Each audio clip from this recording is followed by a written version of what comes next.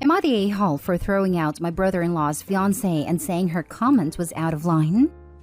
I'll start by telling the background story for what happened to my wife and where this left us so my post makes sense. Some years ago, my wife was injured at her job. My wife didn't cause the situation, but she was the one who was injured, and she lost a limb as a result. Her company was investigated under OHSA, and there was also legal trouble for them because there were major safety violations that led to what happened to my wife. We took the money my wife received in the aftermath to purchase a home, and with the bit that was left over, we invested for our retirement as my wife and I were in our 30s when it happened. We are comfortable having no mortgage, no debt, and having our savings, but we aren't living like we have a bottomless pit. Our house isn't a mansion, our vehicles are used, we don't have expensive clothing or unlimited vacations. Both of us still work part-time because we want to keep our resumes current, as we don't want to rely solely on the money from what happened to my wife because that is our nest egg. And frankly, we both need something to do besides be at home. What happened to my wife was traumatic beyond any words I have. I love my wife exactly how she is. But both of us agreed that we would trade our house and nest egg for our old shoebox studio apartment and the debt we had before, if it meant my wife could go back to how she was before the injury.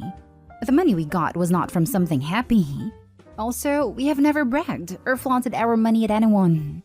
Everyone knows why my wife got that money. There was no way to hide her injury, hospital stay, and rehabilitation, but we don't talk about it to anyone, even though what happened is public.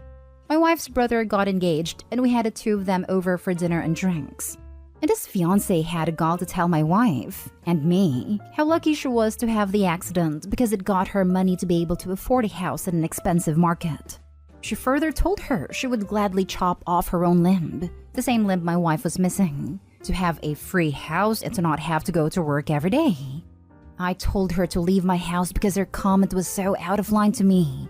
My brother-in-law got mad at me for sticking my nose in a family argument, and later I got an angry call from my in-laws because he told them I threw them out. He did not tell them why, but when I repeated his comment, they said the same thing my brother-in-law said, which is that she was probably just nervous and not thinking straight. And that since affording a house here was impossible, her envy is understandable. My brother-in-law wants me to apologize. The only one of my in-laws who wasn't mad at me is my wife's oldest brother. My wife has two brothers, and birth order's oldest brother, engaged brother, and my wife. So, was I the a-hole for getting involved in my wife's familial dispute? Normally, I would never, but in the heat of the moment, I saw red. Now for the top comments. Not the a-hole. The dispute did involve you. We see so many posts on here where the verdict goes the other way because a partner didn't step up to defend the other. You love your wife, and you're both very realistic about what transpired. What the fiancé said was tacky, disrespectful, and likely cruel. Honestly, I'm currently not working because of an injury, and I've had so many people say, "Must be nice." And it's like, oh yeah, it's so nice being in constant pain and needing pain medicine to have any chance at sleep. I'd love and give anything to be a physically normal human again that has to go to work. I choose that over what my injured life is any day. I agree. I have a chronic pain condition and I hate when people say it must be nice not to work. I always say I wish I was well enough to work. Not a-hole. She was incredibly ableist. Sadly, disabled people have to deal with people like her on a daily basis. Thank you for easing that burden. Your in-laws are full of BS. This is not a family matter, and if it is, you are family.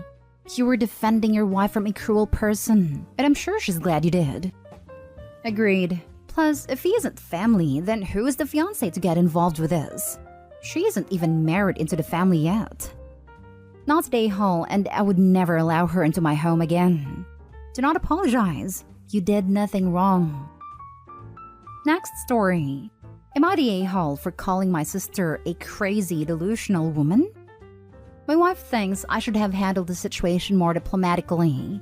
My wife, Leah, has a few visible tattoos on her arm and many others that aren't quite seen when she's in regular clothes. She's far from a full sleeve, but she likes them and has many plans to get more in the future.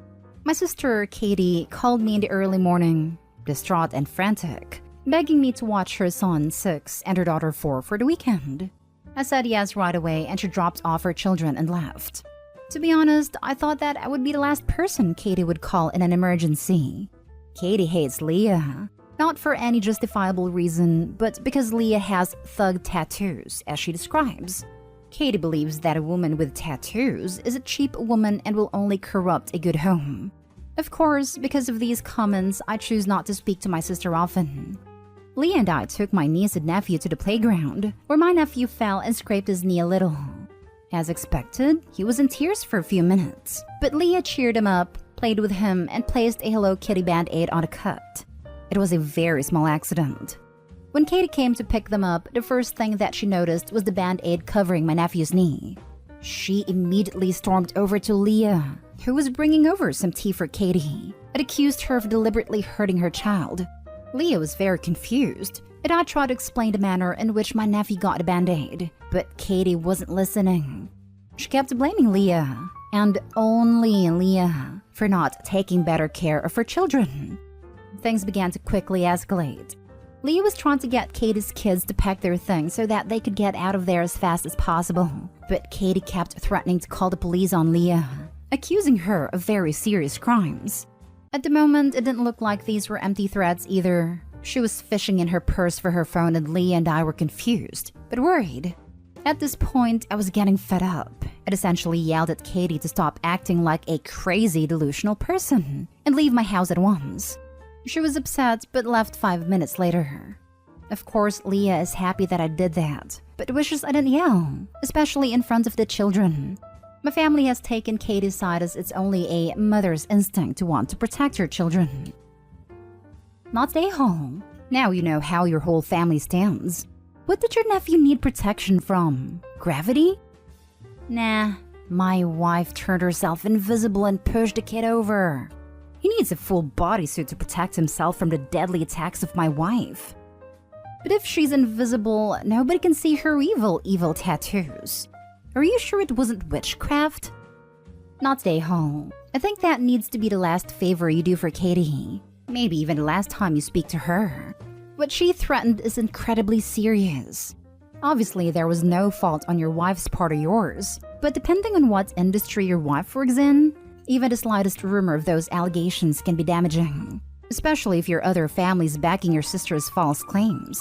Also, it may be a mother's instinct to protect her children, but it is also a husband/wife's instinct to protect their spouse.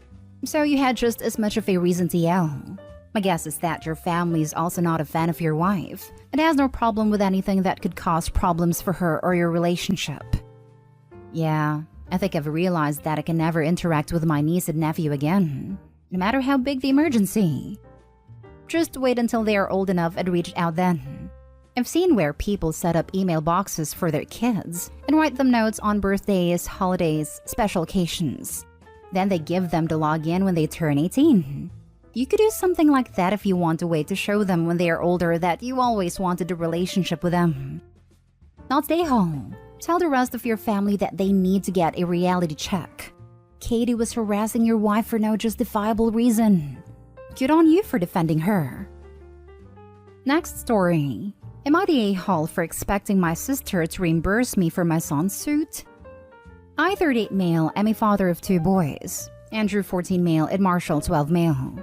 Yesterday, my parents held an Easter gathering at their house. Me, my parents, and my 4 siblings and their kids were all invited.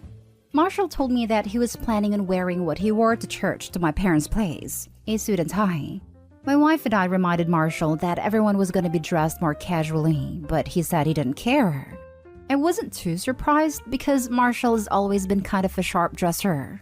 All of my siblings and their kids were there when we arrived, including my sister, Sarah, 44 female, who I never really got along with.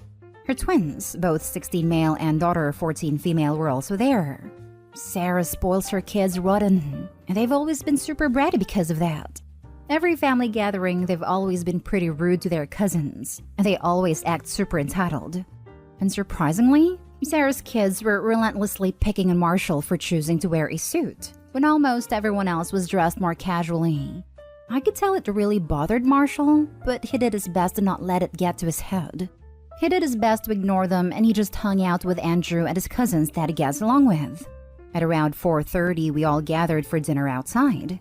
Sarah's kids kept picking on all of their cousins the whole time, but especially Marshall because of his choice to wear a suit.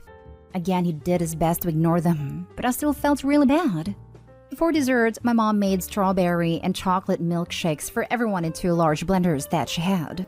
When everyone there was done, there was still about a half blender of chocolate milkshake and a quarter blender of strawberry.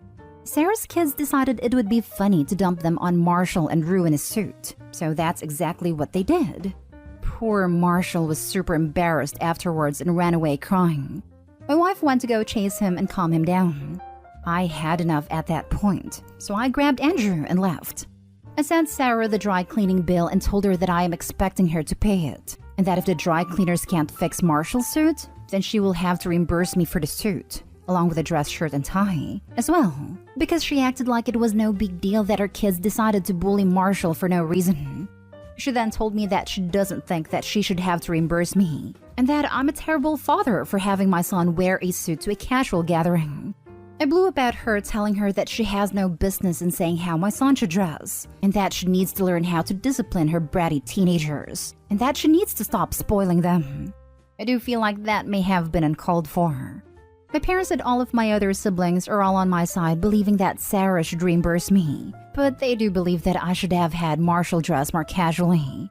I disagree though, because there's nothing wrong with Marshall wanting to look his best. Am I the a-hole?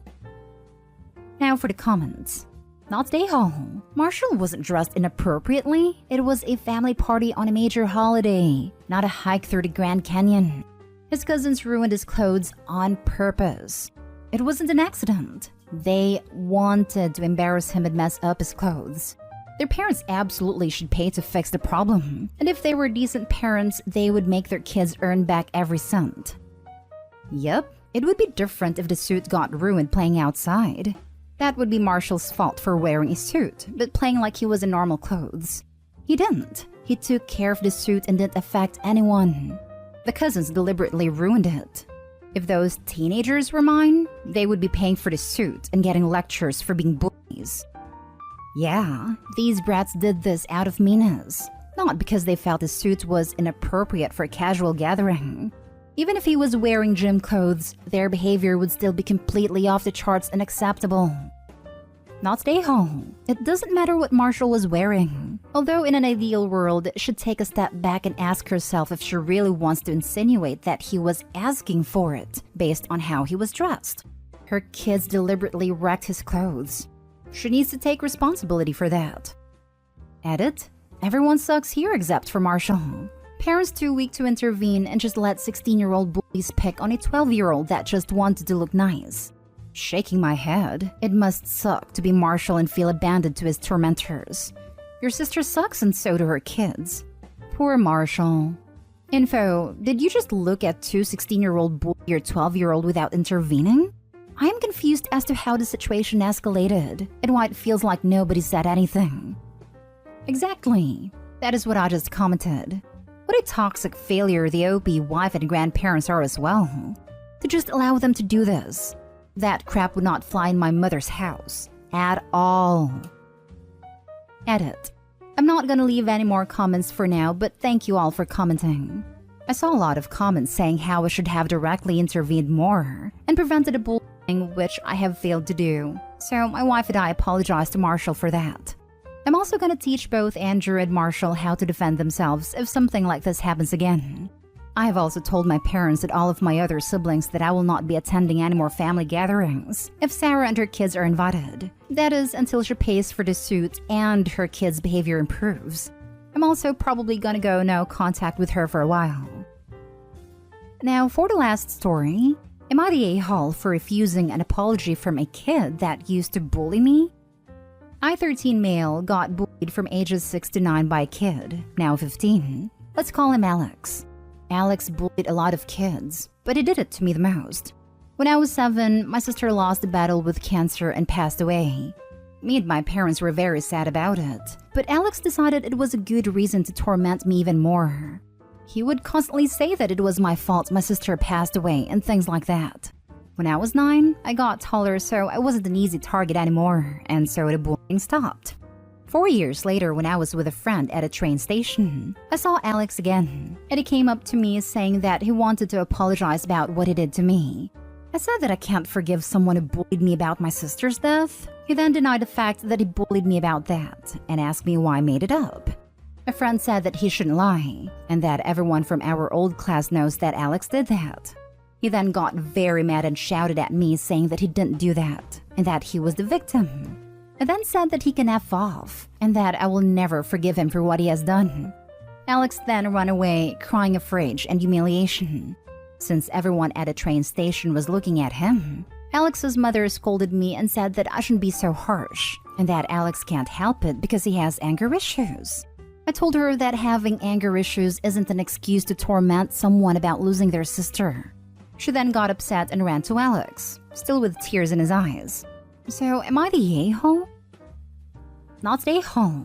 You're not required to accept an apology. Forgive and forget culture protects abusers, but doesn't do much for the victims. I also thought that. Thanks for letting me know. Best you could have done was acknowledge the apology, but you aren't required to accept it. Honestly, it doesn't sound like he was really apologizing. Maybe his mother was forcing him to, and maybe he will get in trouble for not getting you to forgive him. But that is not your problem to deal with. It's not your job to protect him from the consequences of his own actions. Not stay home. Screw that kid. That's what I thought. Not stay home. I was bullied too, and I told one of mine years later that I hope the guilt of what he did haunts him for life. Bullies should learn that saying sorry doesn't fix what they did. But if any victim forgives their tormentors, more power to them though. I'm sorry that you've also been bullied. Thanks for letting me know. I hope you're doing better now. I was bullied all the way through school, and it still affects me now as an adult with 2 grown children. I've never received an apology from any of my bullies, and quite frankly, I don't want one. I live 500 miles away from the place where I grew up, and I just keep in touch with the people I want to keep in touch with. One of my bullies passed away a few years ago, and another one passed away last year. I expressed my condolences on Facebook for their families on a memorial page for students who have passed away from my high school. And I was sincere about it because their families were hurting, and I'm not a cold-hearted person. But I didn't shed any tears for them either.